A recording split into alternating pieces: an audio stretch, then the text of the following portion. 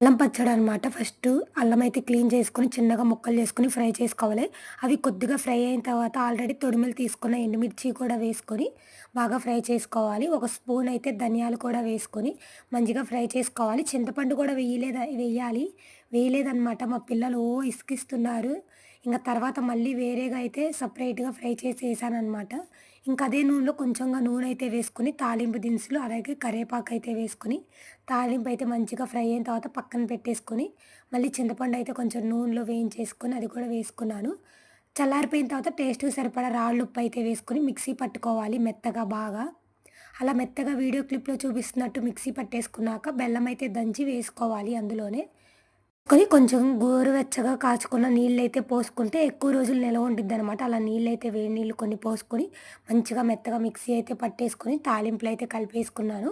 ఇంకా నైట్ అంతా అలా దాంట్లోనే ఉంచేసాననమాట. వేడి పోయిద్దని చెప్పి. ఆ బాండీలోనే ఉంచేసి మూత అయితే పెట్టేసుకున్నాను నైట్ అంతా. నెక్స్ట్ డే మార్నింగ్ అయితే ఒకసారి మంచిగా కలిపేసుకొని ఇంకా ఎయిర్ టైట్ డబ్బాలో అయితే స్టోర్ చేసుకొని, ఇంక స్పూన్ అయితే వేసేసి ఫ్రిడ్జ్‌లో అయితే పెట్టేసుకున్నాము. మీరు కూడా ఒకసారి ఇలా ట్రై చేయండి. వీడియో నచ్చితే లైక్ చేసి, మన ఛానల్‌ని సబ్స్క్రైబ్ చేసుకోండి. బాయ్.